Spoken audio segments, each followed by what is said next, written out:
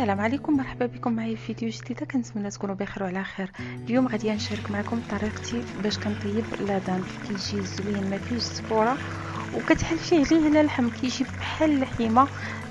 تبعوا هاد الطريقه غادي تعجبكم ان شاء الله. هنايا لادان مغسول مزيان مسقطر، كان كونجلي، خرجته قبل ما نخرج من الكونجيلاتور وجيت عاود كبيت عليه المهم اهم حاجه هو نخليوه يتقطر من ديك المياه مزيانه.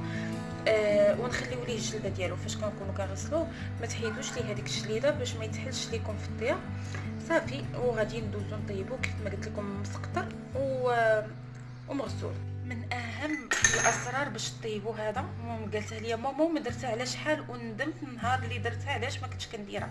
كديروا زويته في الكوكوط ديالكم وكتشعلوا على هاد اللحيمه، هو راه لادان، تشعلوا عليه وتخليوه كيتحمر مزيان مزيان مزيان، كيتقلى على 2 جوايع هكا غير بالزويته، لا ملح لا حتى حاجه، غيشرب العطريه من بعد. انا كان عندي داك السؤال، واش غيشرب العطريه؟ غادي يشرب العطريه وكلشي. غنخليوه كيتقلى حتى يقرب يلصق، ونعاودو نقلبوه حتى يتحمر مزيان غير في هذيك الزويته فقط. انا بعض المرات كنزيد طريقه السمن في هذا، اي طريقه هذيك السمينه اللي نديرو في المريقه كنزيد شويه دابا. المهم نخليها حتى تحمر مزيان ورجع معاك. خليتو كيتشحر حتى مشات هذيك الزيت، كتطلع شويه واحد الريحه الزفوره كتحيد منه. صافي خرج داك الدمايات اللي فيه وخرج كلشي. راه تقريبا ناقص عليه البوطه، خليتو شي 20 دقيقه. دابا عاد باش غادي ندوزو نطيبو هادي. شوفوا حتى اللون راه ولا بحال شكل اللحم. غادي نزيد البصيله، عندي هنايا الثومه. بالنسبه للادان كيبغي العطريه، توصاوبيه بالعطريه تهلاو فيه غادي يجيكم غزال، لانه هو شويه مجهد. بزيره، خرقوم بلدي، سكينجبير، مليحه وما غاديش نكثر حيت ما عرفتش واش غادي نخدمو ولا شنو غادي ندير به. ودويمه ديال الزعفران،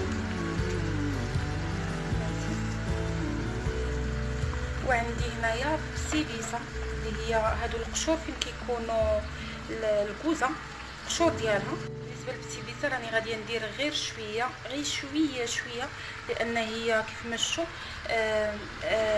حلوه، كتعطي لواحد المذاق زوين للدجاج ولا اللبن. غزال ماشي غير زوين، ولكن الا كثرتو راه كتلخ لكم بحال المذاق النافع. صافي هادشي اللي غادي ندير. غادي نزيد شويه ديال الحامض مسير، ها هو الحامض هذا مسيره على يدي. غادي نزيد زويته ونقلي هادشي مزيان، لان الزيت الاولى صافي راه مشات. شوف ما بقاتش الزيت، غادي نزيد الزيت نقلي هادشي مزيان صافي، ونقفل عليه القفله العاديه ديال المريقه، نخليه كيطيب. ما غاديش نرويه بزاف، غادي نرويه غير شويه ونخليه كيطيب. قطعت القزبر ومعدنوس،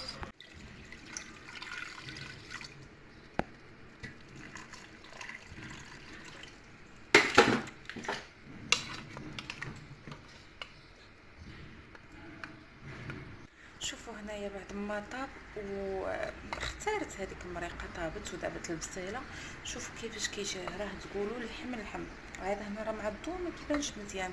وعلاش قلت لكم خليوه بالجليده ديالو؟ لان لادان كيتحل شويه في الطياب، كيبداو يتحلوا ليه هاد الجنيبات. فاش كتكون الجليده كيبقى مشدود. نتوما قولوا لي واخا يقطعوا لكم ويخلي لكم الجليده هكا مديره.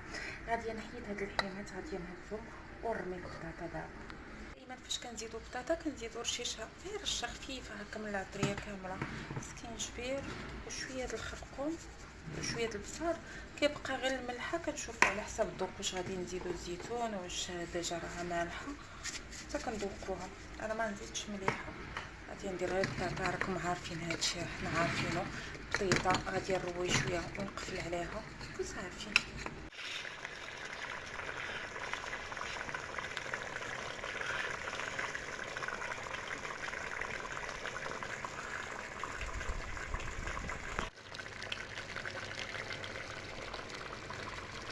المريقه هي وجدت، غادي نخليها مازال تنقص من هذيك المريقه. مبغيتش المرقه بزاف، شويه. وغادي ندوز نحكها معكم في البيسين. وها هي المريقه وجدات. شوفوا كيبان بحال اللحم، تحلفوا عليه الى لحم. كاين اللي ما يعرفوش كاع.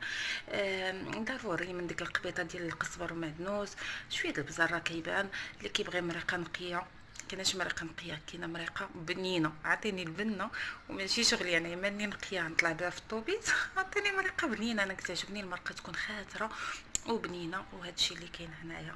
نتمنى يا ربي يعجبكم هذا الفيديو وجربوها بالصحه والراحه.